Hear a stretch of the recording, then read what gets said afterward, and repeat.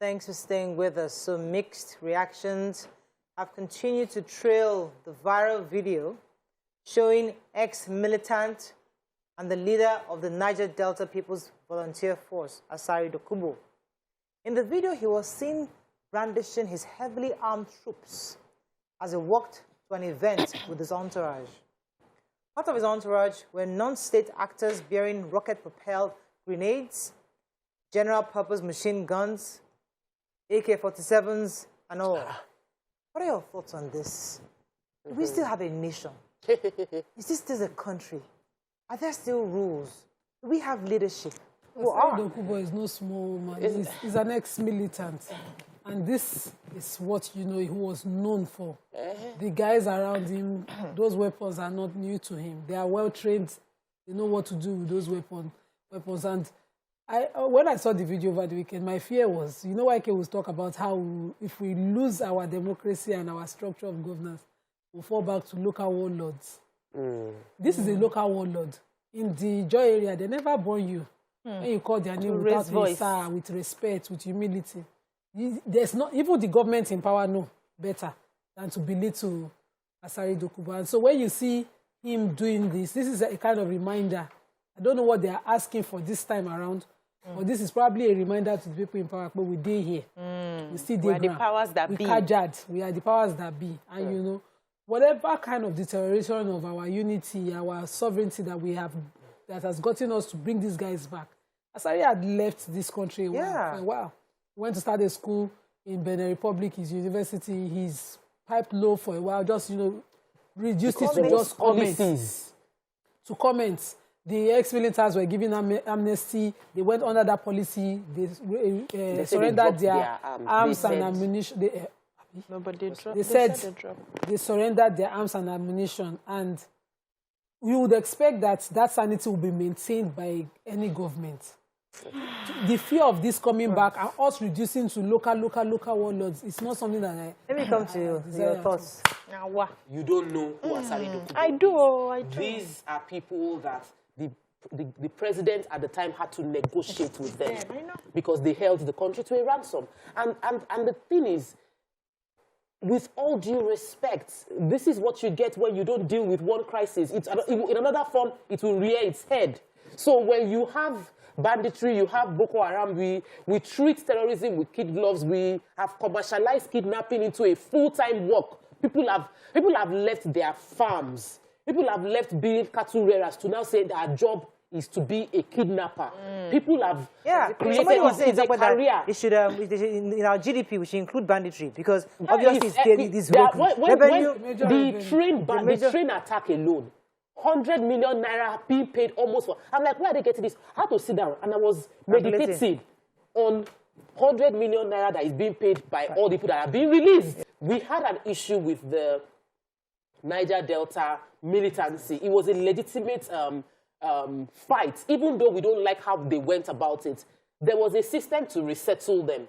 But now, this is in response to the fact that they are legit. There's a threat to this nation. I don't think we understand. Some people came on an international platform to declare threats against our president, threats against states. People left, children have left schools in panic. People in Abuja cannot go to work. There is a crisis. So if this man says that he's going to a party and people are carrying those kind of sophisticated weapons to show that you cannot dare come to my own zone. That is where people are going to now. Everybody start looking for how to get guns. It is self-help approach now because the government seems to be unable to handle the situation so who is fooling who? The state police is not what we need. So we are already using vigilance, we are already helping ourselves. The difference you have started. No, I'm saying. Because it's a form of state policing. 1 second now, it's a form of state policing. Because if you cannot trust the federal government or the center to protect you, but you rather an ASARI DOKUBO in your community that you know that you can trust, then who is fooling who? So you know we don't like to tell ourselves the truth. Absolutely. The federal government policing system cannot protect Nigerians. They have failed in that. They are not ready to protect Nigerians. I want to use that word, and I know why I'm using those words. Because they should know that they do not have the capacity. In terms of number, they don't have it. How many policemen do we have for over 200 million Nigerians. And some of them with VIPs. It's a game of numbers. We need to match the numbers. We don't have it. The ammunitions that we need, we don't have it. The sort of trainings that we need to equip these people, we don't give it. The sort of welfare, we don't give it. So who are we deceiving by telling them that the federal government can take care of you? It's obvious they cannot. There's a wide difference between state police and what the OPC offered. I don't know what you saw, but I saw the excesses. I remember that I was living in Ibadan State at the time. If you lived in Ibadan State, the excesses was as bad as the power to rape a girl and there will be no consequence. Yes. That happened when we wrote to GC in 2008. I am saying from experience. I'm not telling anybody's story. It's my own that I know. So these people, let's go back to Niger Delta. When they started in Niger Delta, they were offered amnesty. They were offered the NDDC to create. Who was paid? The communities or the warlords? Warlords. The warlords. So they use terror to get their monies. They are not fighting any. You trust them. They are not fighting your war. You go clear for your high when they share money. Nobody is fighting your war. You need a civilized agency of government, structured democratically to protect you. Something that when something happens, you can take the person to a court and hopefully you can get justice. When you come to these people, it's one man's judgment. You cannot get justice. So you think an ASARI boy will kill a family's son and he will kill his boy? Is that how it works? Absolutely. Warlords don't protect nobody. They protect their own selfish interest. So absolutely, you are 150% correct. What we're trying to say is that there's a need for a closer police unit, all being organized. Yeah. So we don't want to see whereby the excesses is what we are saying. No, there are those ones that are not structured, that they have the excesses. What we're saying, an organized state policing system that will protect you and protect me is what we're saying. We're not saying that ASARI's militancy is here to protect, but we all agree that what he's done here, this is criminal. This show of force is wrong. Criminal, what has the government done? So we have a government that is incapacitated, obviously, to confront these kind of militants. This is criminal. Why is this criminal, please? This is criminal. Sure. Don't we have a firearms act in this country? Yes, that kind of gun. See that long bow. I never see it before. This is not a legitimate security agency. No individual should have this type of arms and parade it on the streets. And it was on video until now. But we don't have government that is willing to combat and face this situation. Nobody. They won't do no. So this morning we're going to be discussing police brutality. And the reason why we're discussing is because of the recent reports we've seen. There was one recently about in Cross River State. An incident happened where I think it was in there's a town, a Kori community. An unidentified man was being hit by a cutlass. A policeman was using a cutlass to hit an unidentified man. And this obviously video went viral because it only speaks to the brutality Nigerians are still experiencing on the hands of many police officers. However, the CSP Olumuyiwa Adejobi, that's the Nigeria Police Force PRO, has already said that this is sad, that they were going to obviously investigate, that was completely uncalled for. The act of the policeman was completely uncalled for, and he said that the Commissioner of Police in the state has been contacted and necessary action will be taken on that incident specifically. But I'm told that we now have the first PRO, Olumuyiwa Adejobi, on the phone with us. Good morning, sir. I hope you are ready for all our questions. Good morning, sir. Are you there? Good morning. Good morning, my sisters in the house. Fantastic. Good to have you. Let's start with the Cross River State matter. What's the update? What's the update with the policeman, wielding cutlass? Where did he get cutlass from? Ojubo. Well, it's quite unfortunate to have seen that thing again. I want you to know that it's an individual thing. Even no reasonable man should use cutlass or machete to flog anybody. Exactly. I don't think anybody wants to punish his or her son or child and be using cutlass to flog. Let alone a grown-up man, a Nigerian or harmed Nigerian. And it's quite unfortunate, and we condemn that in totality. Okay. But I want to assure you that the policeman has been identified. The IGP has directed that the matter be brought to the force headquarters for proper disciplinary action, and we are going to look into that matter objectively. So the policeman will be brought to the force headquarters tomorrow by the Commissioner of Police in charge of Cross Rivers State, CP Aminu Alassane. Wow. I'm Okay. bringing him personally to the headquarters. And don't let me be judgmental about the outcome of the trial procedure, but whatever it is, we are going to get you people informed. So we condemn that in totality. Right. And you can see that this present administration led by GP Usman Akali Baba will not tolerate any act of professionalism or act of indiscipline. So what would you advise, like, going forward with commuters and police officers? Do you advise that we use our phones to, record situations? Because I hear you and I hear your response, and it's very professional, and we like that. But the reality on ground is that he's just one of many. And we're the ones on the streets who will tell you you cannot be everywhere. This is just one of so many of them. This is how they act. What should I do as a Nigerian, and how to make sure also that I can get you to respond to something that's happened to me because a policeman acted unprofessionally?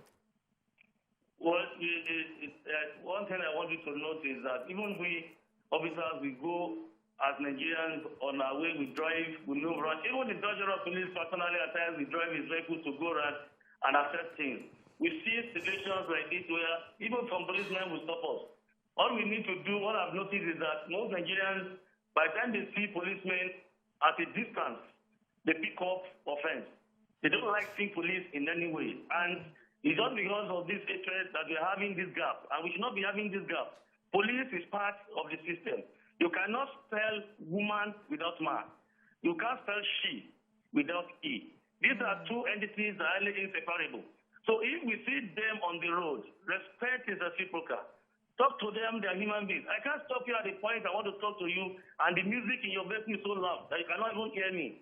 You feel not concerned. A policeman on the road is a human being, and they are there to do the job the way it should be done, to maintain law and order. So when you see them, as they appoint, respect them, I'm very, very sure they will respect you. Okay. But in case you see those that want to go out of their band, that's why we have gadgets everywhere.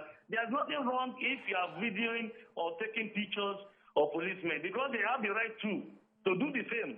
I've told our mentors in some cases that when we have issues like this and there's argument, you too can record situations, you can record things, in case you have a case to prove. So anybody can record anybody at any time. If my IG has a function, IG will not stop anybody to record him. You're a public officer, you're a law enforcement officer, they can video you when you're on duty, except they are doing something wrong. Okay. That's why you can be scared of being recorded. Let me get a few more questions for you. Go ahead. Okay, sir, recording is very dangerous. So we've had reports of people who recorded, their phones were taken from them and they were beaten. But that's not my question. The question I have is how often do you people communicate with those people on the streets? So you make a law or a pronouncement, and the people on the streets, the police officers on the streets, are not acting in accordance to what you have said either in the papers or the television. How often do you intimate them with the new laws and pronouncements so that they can act it out on the streets and not acting like they are not aware of what has been said? The police has many ways of communicating to officers and men, category by category, on platforms, on various platforms by platforms. If any policeman is telling you he's not aware of the IGP's directive, he's a liar. And let me say that in as much as we are part of a society, we are bound to believe in theory of anomaly theory. There must be a deviant anywhere you have it. If more than one person, there must be a deviant behavior. So no policeman can claim ignorance of the IGP's directive or standard operating procedure of the police. The moment you are employed to the police, you are trained to know and work in line with provisions of our standard operating procedure and police act and regulations. So if any policeman on the road is saying, I'm not aware, he's just a deviant and is on his own. Thanks for staying with us. So broadcaster RAFIU OSENI'S trended all through Monday after he came online to accuse the police officers of pointing a gun at him and forcefully taking his car keys, driving off with the car. The officers had arrested him for taking the dedicated lane, that's the BRT lane. In the viral video that was released yesterday, RAFIU was seen threatening the police officers that he will call the governor on them. However, he has since received a lot of backlash from Nigerians, with some people saying he was abusing his access to the governor to intimidate the police officers. Now, there are various angles and various layers to this conversation. It's interesting because there's always the Nigerian factor of, do you know who I am? Do you know I can call the governor? And there's also a part of, was he provoked? So you can look at this from different angles. So there are 4 levels. Level 1, he sent a tweet that the police took his car. And of course, he made a fuss about it on TV, right? So we all saw that. How can the police do that? That would discuss police brutality. With a gun to his face. Yeah, they wielded a gun and, you know, tried cocking the gun. Drove off his car. Yeah, drove his car. But though he had admitted initially that he took the BRT lane and he saw others passing that lane. So why is it he they arrested? That's 1.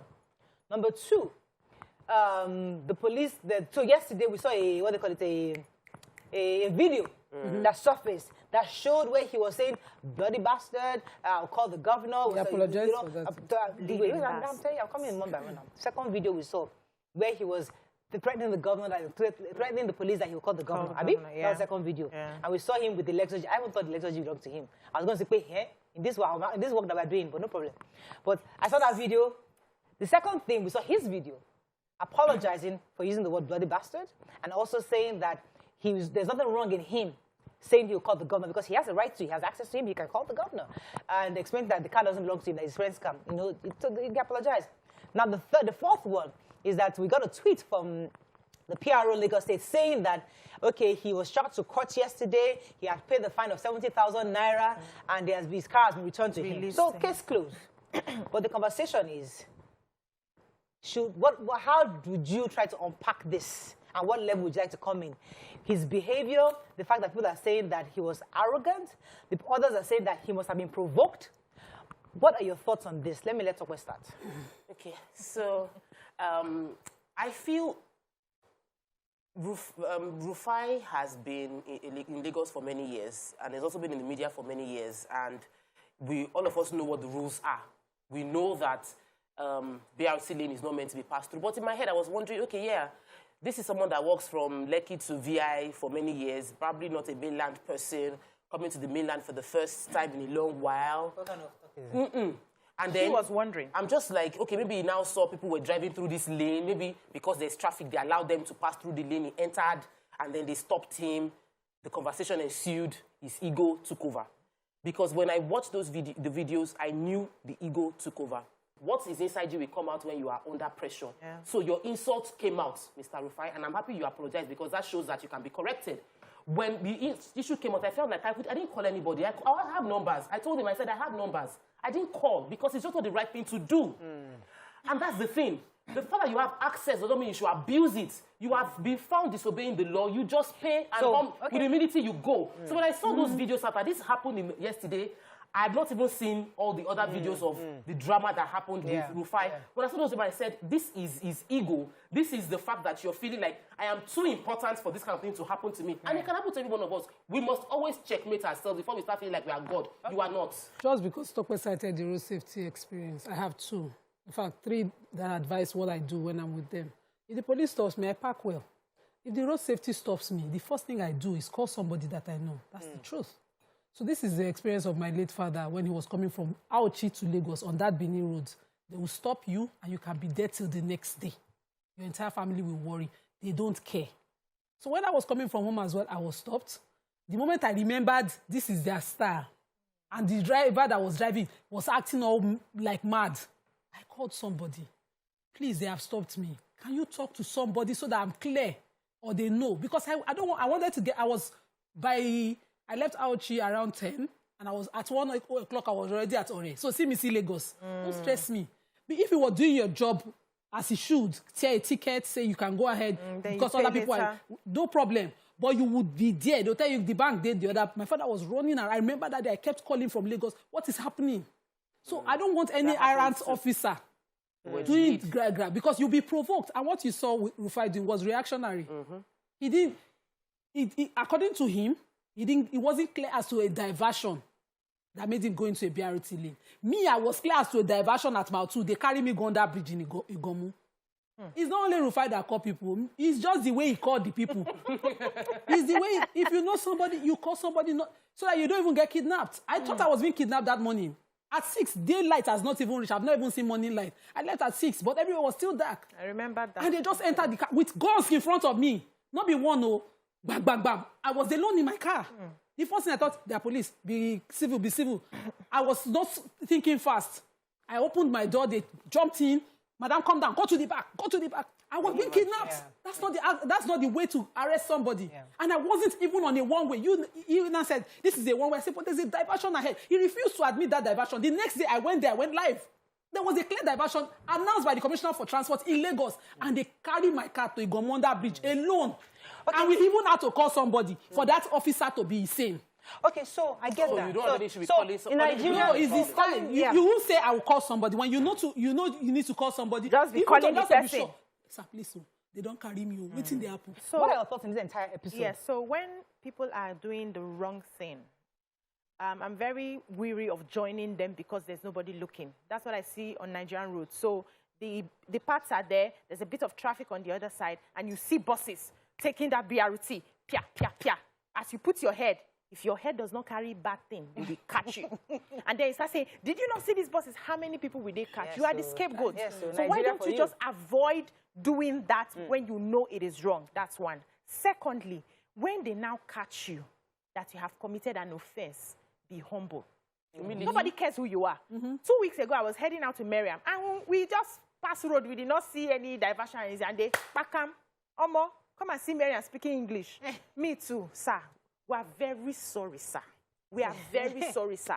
It's not like I cannot call anybody, but I just know I'm wrong. Yeah. There's nothing I can do. Even if I call the person and the person does, I know we sit here and we preach. We need to begin to practice what we preach.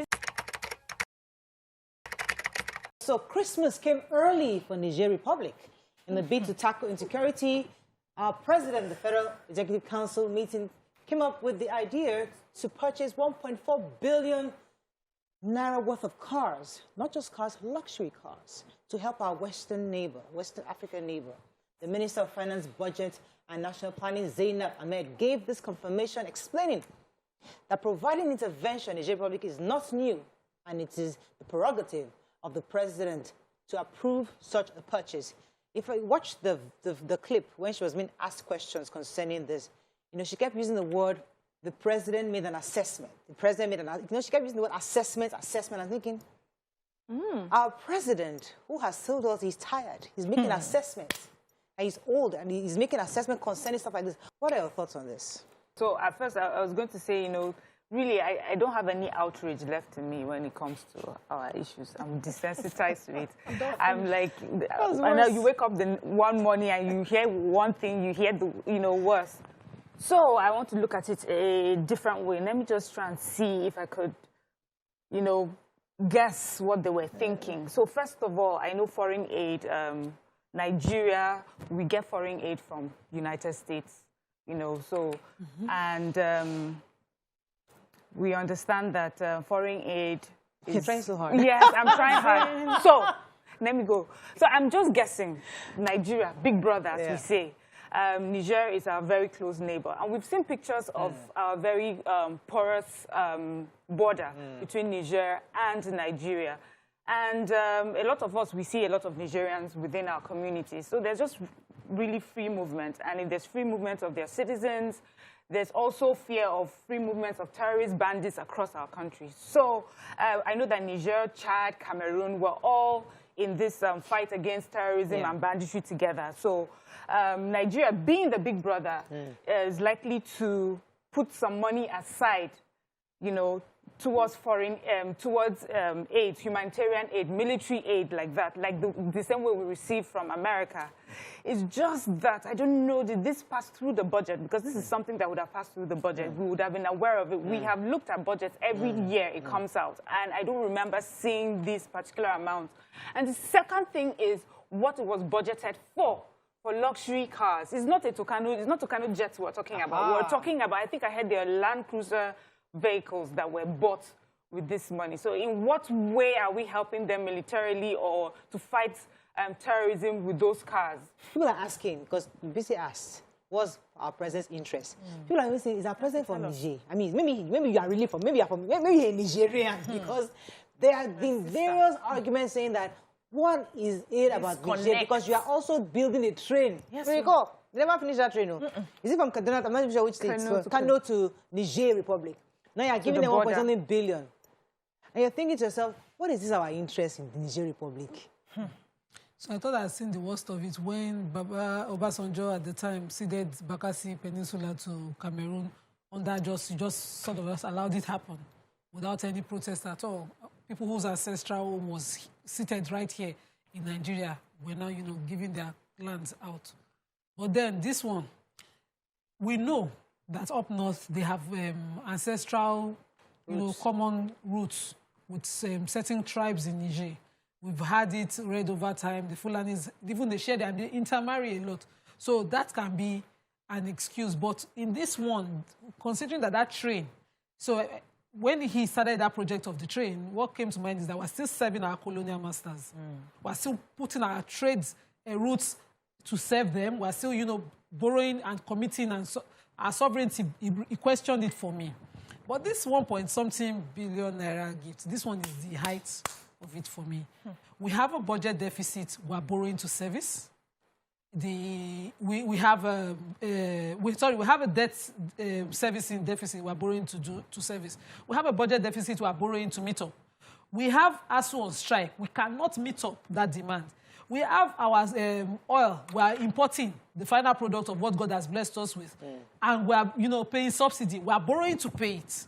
You know, and we have insecurity, we are fighting. We have to come on ground, we cannot meet it. But the president, in his magnanimity, according to the Minister for Finance, Budget and Planning, in his generosity and in his own wisdom, and his own assessments. I wish you could get that clip. Yes, he says that, you know, for security, they had to buy luxury cars. Imagine that. They did not buy Hilux. They did not buy APCs. They did not buy Tucano jet, like Miriam said. They did not buy that for Niger, because if we had seen it was a military equipment that was being bought, or a military aiding vehicle, you will know that their aim is, of course, because, you know, we know this war is coming from the Sahel. ISWAP is from the Sahel. We are facing Boko Haram, and that area that leads to the Sahel, which is through Niger, will be what we are beefing up. I will understand it. I've made sense of it. I know. Nima, let's not even forget something. So, I just realized that there's also a 30 billion that the federal government approved for the construction of 2 roads in Sokoto and Jigawa, connecting Nigeria's borders with Niger Republic. Hey, again, no. We are now Niger Republicans. It was Amechi who was Minister for Transport, who tried to defend the train. And what they said was that it was for trade. And that when trade was coming, it would mean that our ports here will become active. They make sense. But if you look at it, who's trade? The cars are for the trade. Morayo, who's trade? Who's trade? Who's trade?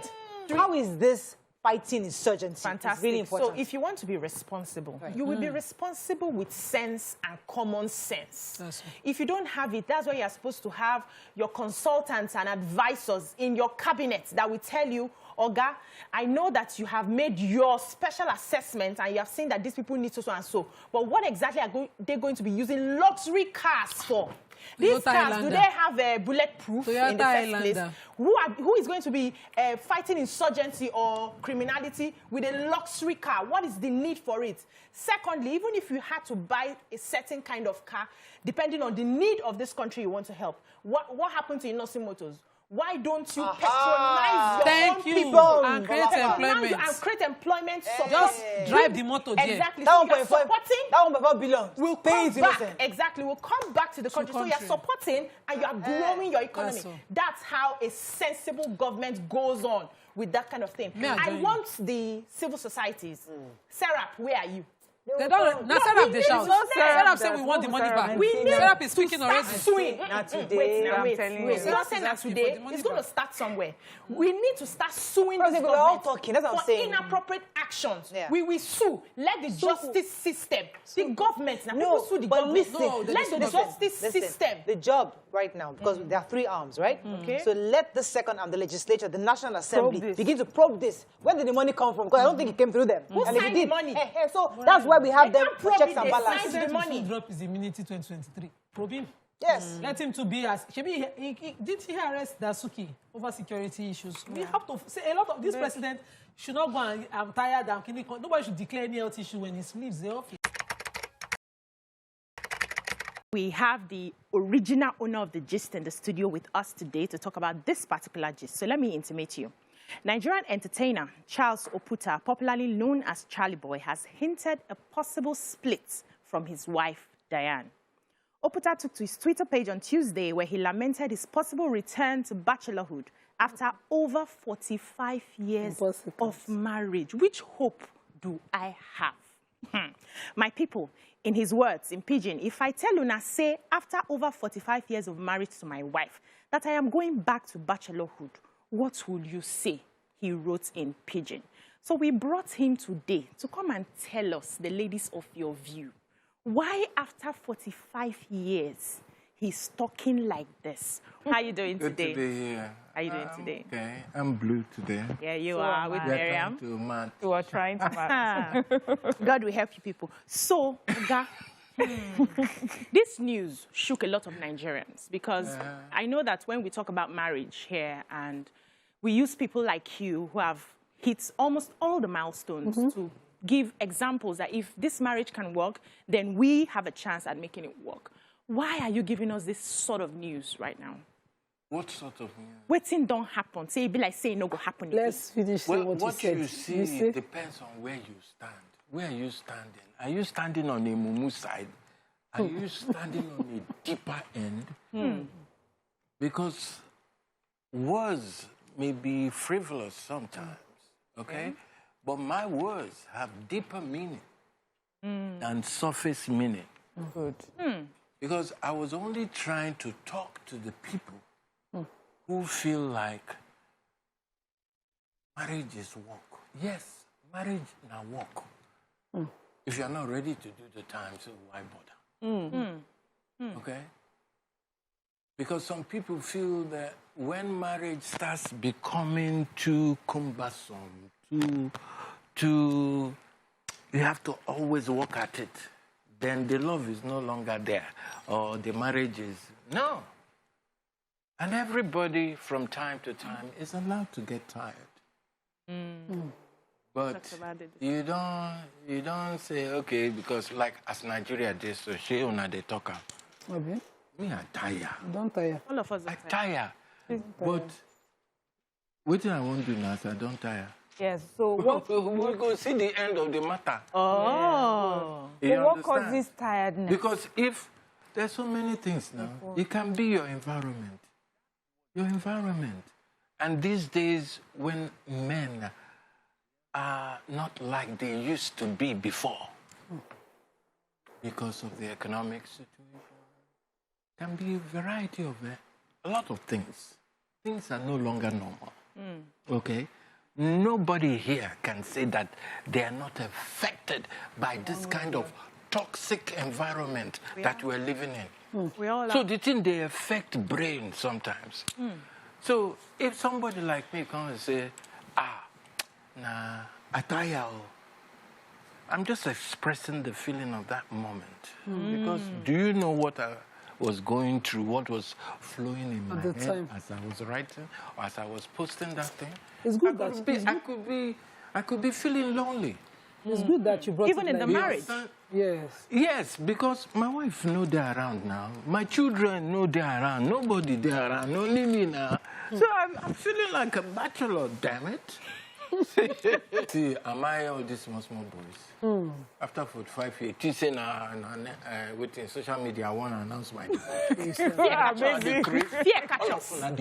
Fear catch us first. We were not sure. I go come social media and say, I want divorce, I don't tire, I won't go. We all die here. For those people who are still newlyweds, and when you are saying win, they're like, is it a prison sentence? Why are we winning in the marriage? What's happening? Everybody's supposed to get married. I Marriage used is to not say for that everybody. thing. Yeah. Why? Why do you say so? Some people can take it now, some people can't take it. Because in marriage, it's a lot of compromise.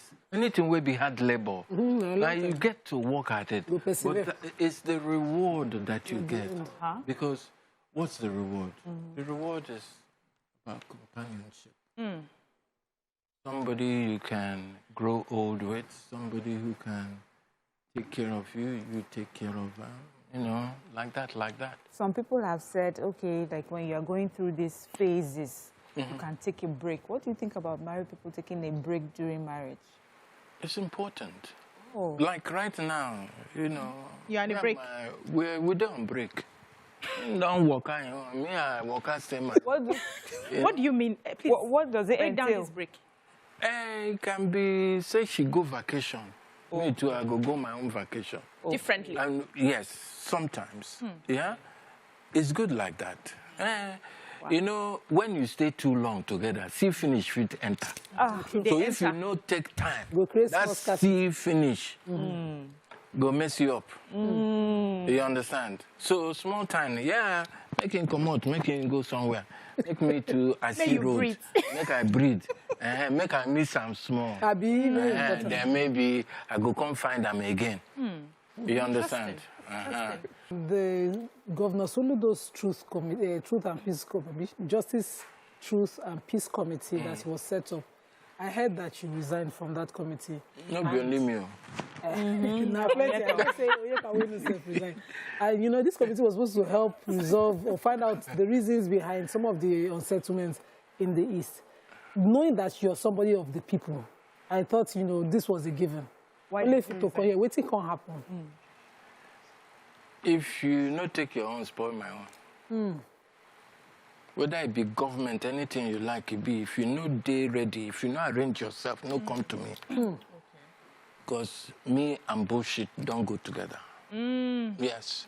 So if you're not organized, don't come to me. How can you be in a committee? Nobody don't ever write to you. They never give you a brief of what thing to do. And we get chairman, where would they always see where they go meeting with them. The chairman know they communicate with us. The handlers of the thing, nobody they reach us. At one point, you know, it was like a day, they were going to have the inauguration tomorrow. Now today they send me text for evening. Say, make I come.